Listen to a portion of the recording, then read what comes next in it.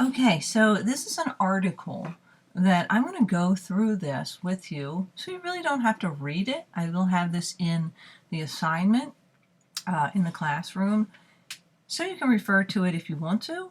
But I'm going to go through this and some of the terms that you learned about in the last class will be in this article. So this is called 25 Poster Ideas to Create a Buzz for Your Next Event. Excuse me. So for you, this is going to give you some design ideas when you are developing your poster. Okay? So we're not talking so much about your idea for your poster right now, your message, but we're just talking about ways to effectively communicate ideas through the visuals and the text and the way you put these things together. So the first thing they talk about is using color. And color can create a mood, it can attract people to look at your poster, it can create energy. It's just a way to really get the attention right away. And if you look at this sample right here, they have a very specific color palette. So I would say this is kind of an analogous color palette because these colors are related, the blue and green and kind of a yellow green. Kind of a simple big shape, very strong. So this is an example of a color scheme. Also could be called a color palette. So that's one way to use colors. Another way is these big stripes of colors, and you can see they're all in the same tone. There's nothing that's really like a hot pink and, like a bright yellow. They all have this very pastel feel to them, and they make a nice background for the large text. Down here is a very colorful, a lot of color in this Music and Arts Fest poster, but you can see that there are specific colors there. They aren't going out and saying, all right, we're having any old color in there, but you can see that, there's kind of like a magenta, there's orange, there's kind of a turquoise blue, there's white. So they have kept it to certain colors. Here's an example of a really limited color palette, really just black and red, and you have some white in there. It looks like the whole background is gray. But this is very striking because of the contrast and the limited color palette. Okay. So we also talked about composition and white space. So before we move on, I want to just kind of scroll back a little bit and talk about composition. Composition is the way the elements are arranged, and you're trying for balance, you're trying to create something that is eye-catching. And I want you to notice in this Music and Arts Fest poster the way the text is placed. So instead of just like running everything right across horizontally, the artist who designed this has the title sitting off to the left and some of the other information on the right. So set up like two columns. And I want you to notice that they've left space at the top between the graphic and the text, and they left some space at the bottom, and they've left space in between those big words, Rustic Music and Arts Fest, and then the other column. There's some space in there. It's kind of like resting space. So you're not kind of sorting out, looking like, what are they trying to say? Here's one little area of this poster to read. Now here's something else to read. So think about how you use the white space. And anything, like I'm just scrolling up here to this text because there's white space in here. There's the text. There's the margins, which are the areas on the left and the right-hand side. And you can also notice that they're not, jamming everything up together. They're giving you one statement, then they're adding some space, a couple of lines here. Then there's another statement, another sentence, and then they're starting another paragraph.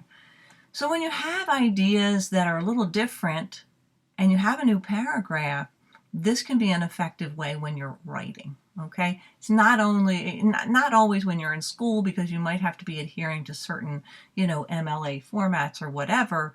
But as a designer, if you are writing text like this, or you're creating something like this, think about the use of the white space. Okay, so the next thing I want to talk about is typography. So you know what typography is. It was one of the terms, okay? It was designing type, how you use the type, and it also can refer to people who create typefaces, are known as typographers. So it's a really important part of your poster. It's an important part of graphic design. And like we talked a little bit about in that inauguration, the word that you designed, it can evoke some kind of feeling and some kind of mood. The viewer can get the idea of what your poster is about, what your message is, through the typefaces that you use in your poster.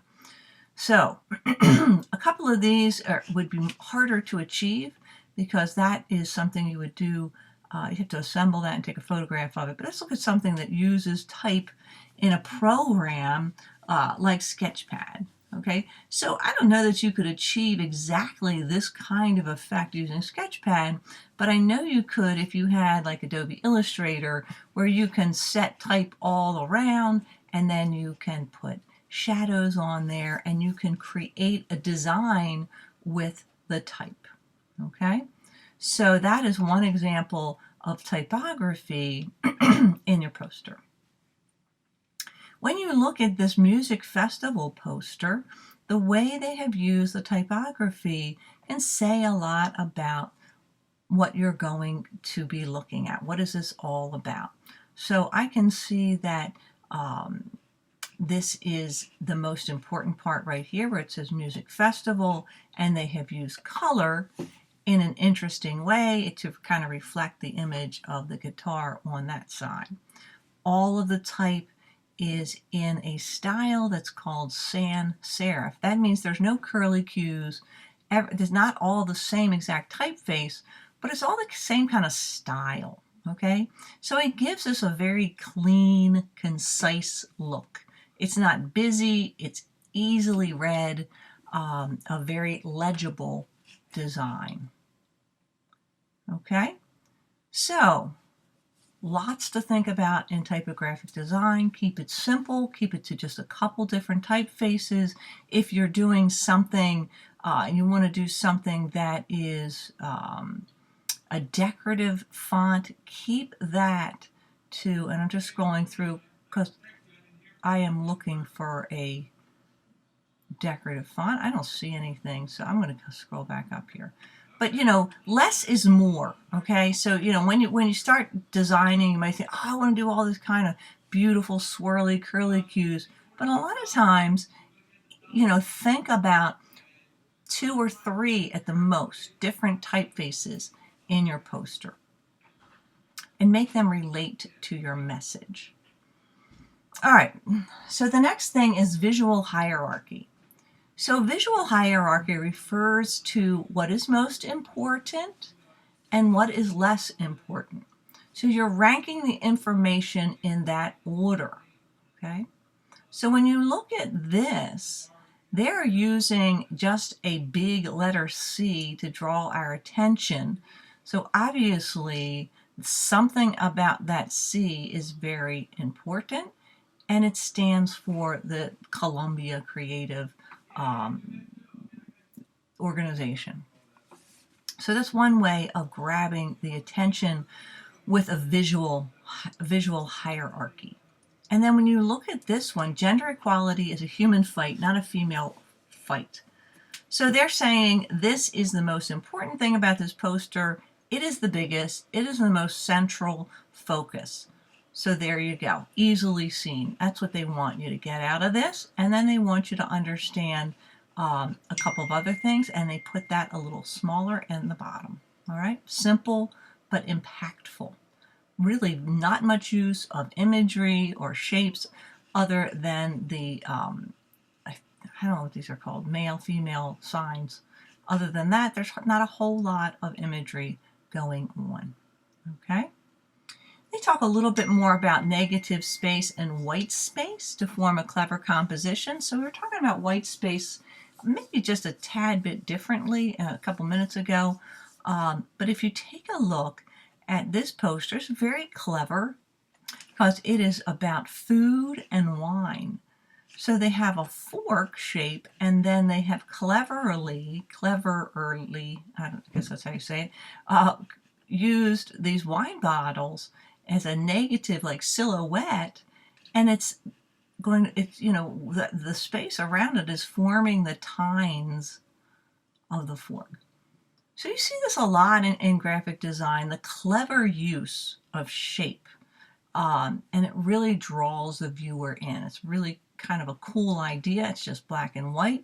It's not much text, but they have a very strong graphic, and that draws us in. So that is something to consider.